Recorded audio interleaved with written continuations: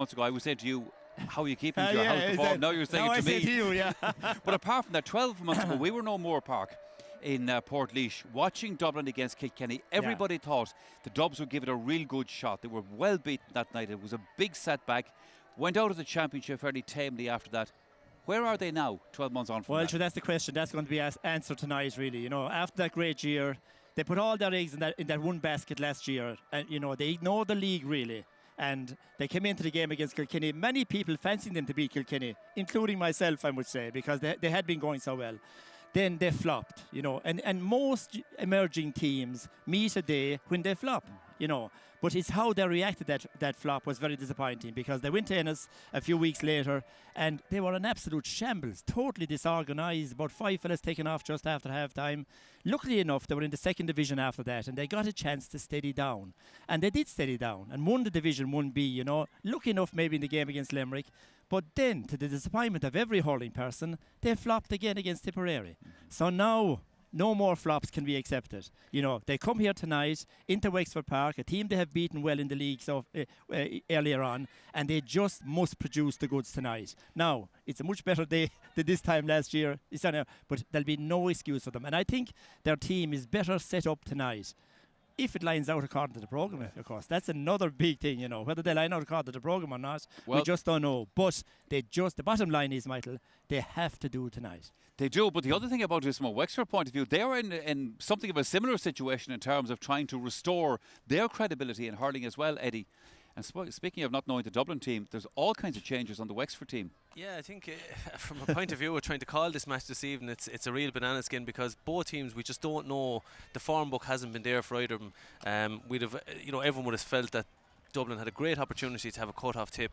They were a disaster. You know, there was talks of heavy training in the run-up to that. Wexford, then, we're looking at the team. We can only assume that both teams will know what team was going to start and that these were dummy teams, a bit like Ger back in the day. Never as bad as that. No, never as bad as that. It's like a game of chess here at the moment, with them trying to outmanoeuvre each other. There's even the latest one now is that possibly Conal Keaney might be centre back for Dublin. So I suppose till the ball is thrown in, we're not going to know who's going to face who. But both teams certainly on a mission here tonight. I think there's probably a little bit more pressure on Dublin. I think Wexford can really have a cut here this evening. If I suppose Anthony Daly needs his troops to deliver this evening. Well, at a different level over the last few years, so you know, but you never know. It's a great evening, and it's great to see championship hurling being played in weather like this. Wexford won the toss, and they're playing from left to right in the first half. Whatever light breeze there is, which is very light indeed, will be backing them for this opening 35 minutes. So they're looking to make a bright start. Rory Jacob, the first man to get his hands on the ball in an attacking position, and he drives it over the bar. Only 15 seconds were gone when that went over. That's the perfect start. Yeah, and Rory Jacob has done that so many times over the years. Just one quick look, great score. And I see Conal Keaney is back centre back for Dublin, and I'm just looking to see where Liam Rush has switched to. Onto it, stopped initially there, well by the centre half back. And Wexford managed to get the ball away. It's a poor clearance, however, as far as Johnny McCaffrey will be glad to be playing back out around midfield again. Great catch in there, dangerous moment, and the referee from a distance allowed play to continue, and it scrambled in there, and a dangerous moment for Mark Fanning, the young goalkeeper, and the 22-year-old holds on to possession. Well, that was a great chance for Dublin and a very, very scary moment for Wexford. Yeah, great catch there. I think it was by Conor McCormick, held up. I thought the goalie picked it off the ground there. He did, yeah, picked the ball clean off the ground. Two umpires looking, and should have been a free. That ensured promotion. This one he will tap over the bar, and he will tie up the scores in the very early stages of this quarter-final match here in the Leinster Championship. Which was only 20 years of age. And that half-back line of Dublin, Liam Rush, Conal Keaney and Michael Carton, on paper very, very strong. And that's over the bar again for Joey Boland. Comes. And that's Joey Boland trying to get to it, couldn't hold on to it. Across there came Kieran O'Shaughnessy, one of the debut players. 3 debut players making their starts here in the championship for Wexford today, as we watch Mick Carton from a fair old distance out hammer this one over the bar. Well, his 38th championship match tonight. Mick Carton will be delighted with that one. From a long distance out, and now Dublin lead by 2. One in space up in front of him, he hit the ball harmlessly wide from 70 yards out. Back once again with Dublin in their own half-back line. Johnny McCaffrey, huge one way down. McCormick comes, gets, has a shot, and that one's gone over the bar. Conor McCormack was a student at DIT, getting his first point in this championship. Got loose, swung it away off his left and beautifully over. And this time it's David O'Callaghan who's on the ground. McFanning almost blocked there by Dotsey, but it comes back out towards Richie Keogh. Liam Rush has gone back in there towards centre half back. There's no way through. Boland swiftly directing this one out towards the wings. Out goes David O'Callaghan, out from corner back, across to Danny Sutcliffe. Dublin are loading it. This is from 65 metres out, and that is a peach for Wexford. But it's picked up here by Garrett Sinnott, UCD student. And the final drop there is by Jack Guiney, and Guiney puts it over the bar, and another UCD man. And it's going to be Jack Guiney. Got a goal in 3 last year at this stage, and this time it's beautifully over. This one, and put just 2 between them. As you can see, 17 minutes into the match. Looks straight. Well, he had the distance, but not quite the accuracy. But Rory Jacob has ideas about putting it over from the resultant ball that dropped his way. And a second point for Rory Jacob. And now it is 6 points to 4. Yeah, lovely score. You can just see there that he brought the ball down. He's not a big man, used his hurl. And once more, it's Johnny McCaffrey. Down here towards McCormack. Turns well. Looking for a bit of space here. Not much leeway available there. Turns it inside beautifully as far as Shane Durkin. And Durkin with another lovely point for Dublin. Sweet as a Wexford strawberry, that one. 7 points to 4. Yeah, I think Shane Durkin playing in the middle of the field. In by Andrew Shaw. Huge one down once again to Rory Jacob. In against Shute. An experienced campaigner, Rory Jacob. Drops well in there as far as Podge Doran, and Doran was challenged unfairly, the referee. So Jack Guiney, no trouble with this one. It's his 3rd of the match. Schute's under pressure again here. Does well this time against Rory Jacob. Steps inside, having lost his hurl this match, because the heat is up around 22 degrees still, I would imagine. Joey Boland striking it, and Joey Boland's landed it beautifully over to his midfield partner John McCaffrey, and that's gone to the right. No need for technology. Expected from them last year. Richie Keogh landing this one in there. Jacob kept it in play, but only to benefit Peter Kelly. Pursued by Podge Doran, but he manages to get the ball given. So once again, Joey Boland. Straight between the posts once again.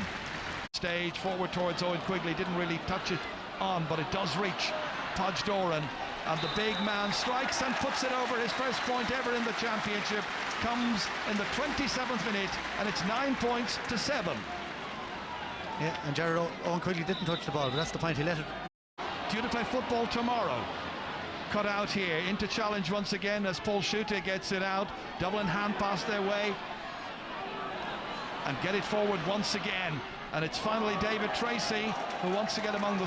Terrible miss again there, and Dublin just a little bit casual, I think, in the last 10-15 minutes. McCormack comes, 3 men near him, kicks it forward. Tracy trying to make amends on as far as Sutcliffe, and Danny Sutcliffe this time striking and putting it over. A second for Danny Sutcliffe in this first half.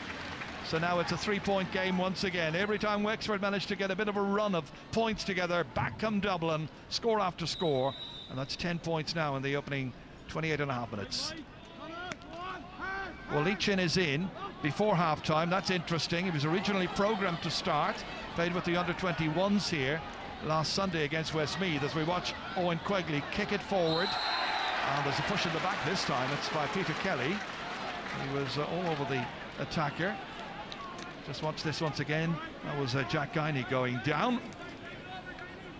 Kelly almost apologetic. Yeah, definitely a free. And he's a very good free taker. Having a good match with those frees. But he has very, very little hurling really done in terms of match preparation for this, because of the with 2 or 3 Dublin players after him. That was a high challenge. Referee says play on. He does. It's inside. It's Guiney. It's a goal.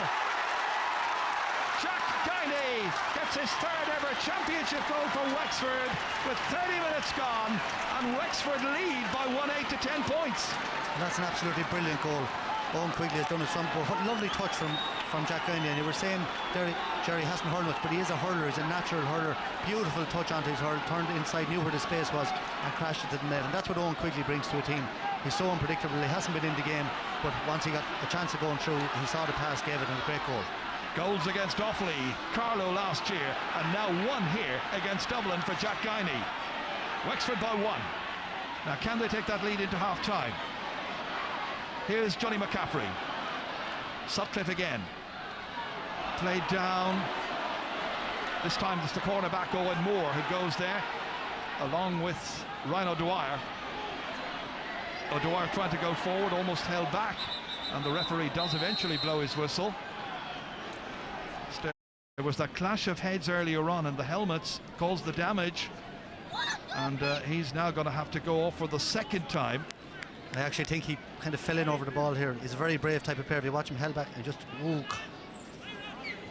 caught heavy there. Fell against Kieran Kenny. So once again it'll be Niall McMorrow who will come on as so far, going this way and that against Keith Rossiter, and strikes another one off the near post this time.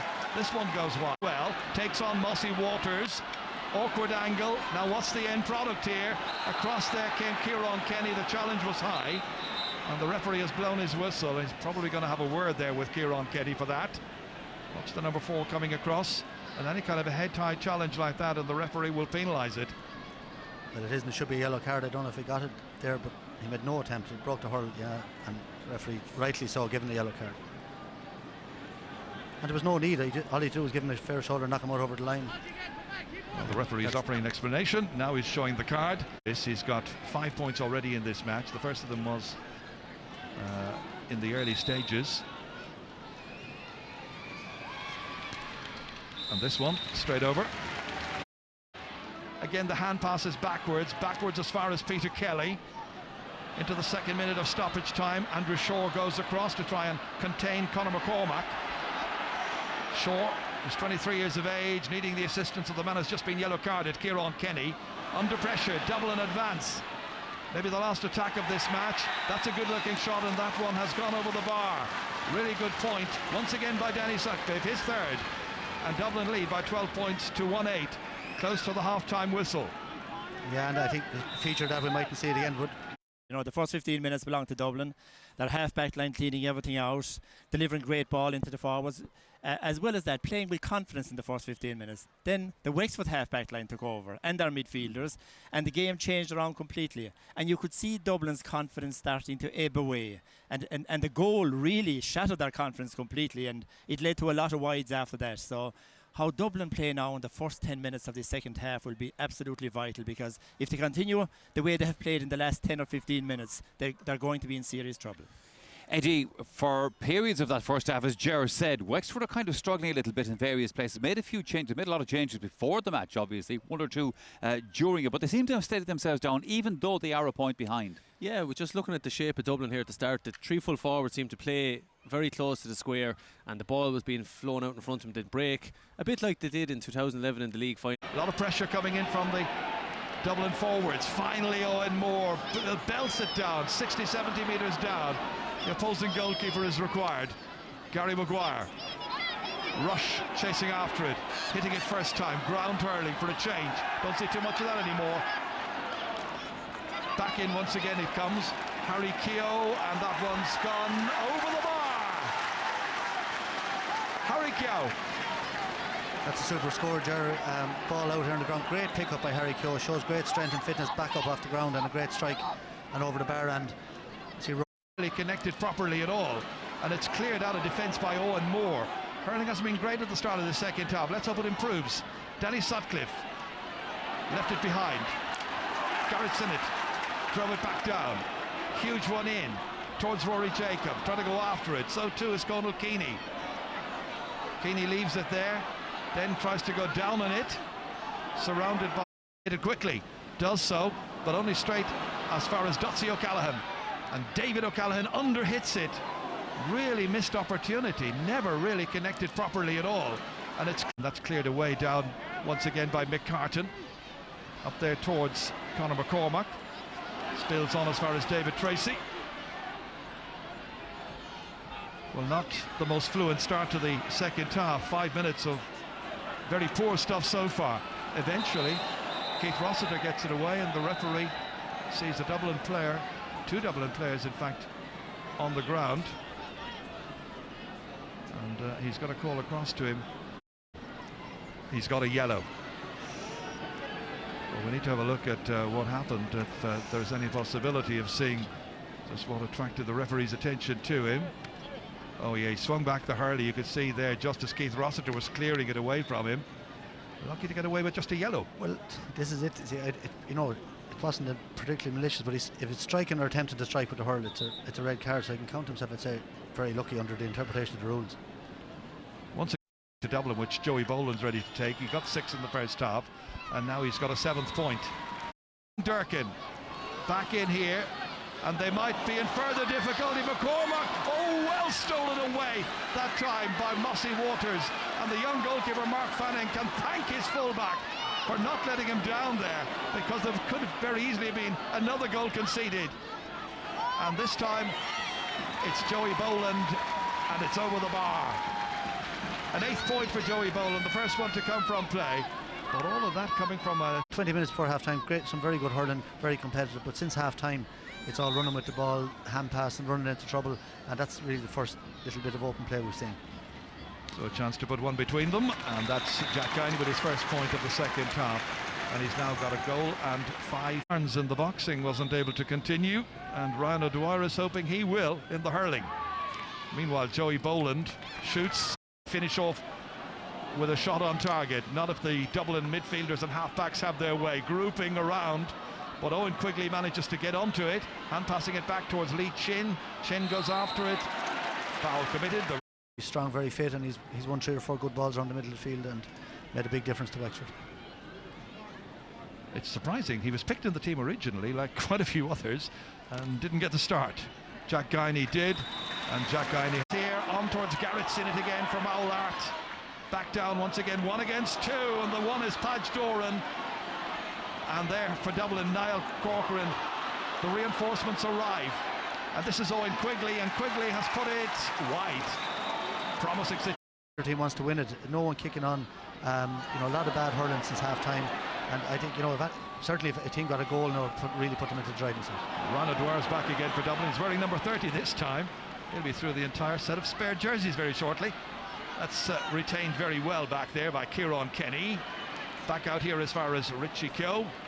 Big one down, caught beautifully in the air by Owen Quigley. Very illustrious name in hurling in Wexford. All the way down, Guiney's onto it. Guiney shoots, comes down off the post.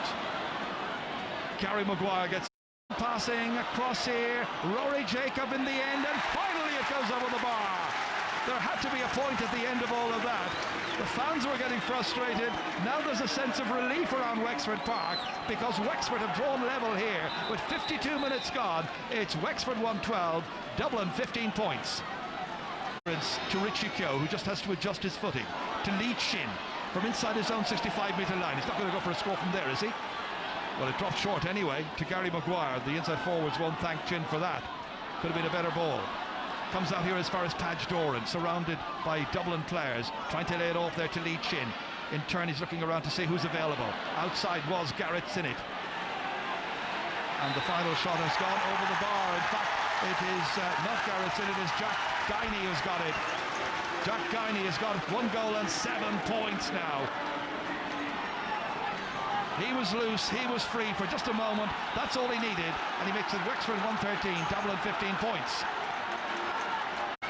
It's Rory Jacob inside this time, and it's Sinnott, no mistake about it. He's put it over. Pointed each half for Garrett Sinnott, and now Wexford, backed by a big support here, are really beginning to turn it on and show what they're capable of. Well, Jared had the 2 most natural forwards on the field, Jack Guiney and Rory Jacob, maybe Danny Sutler for Dublin, but Keogh's ball is going to drop very short again. This is the second time in the last 5 minutes that Gary Maguire has been able to pick up a loose ball like that. An over-ambitious attempt of a pass, a poor pass indeed. Eventually Joey Boland striking, and he's put it wide. And it's in there as far as David Redmond. Redmond tries to take off. Lee Chin's going after it. Here he comes. He's got a gap. Look at the pace. Look at the man go. Now turning. Oh, what a great save by Gurney Maguire. Brilliantly done, but there was a point for the taking.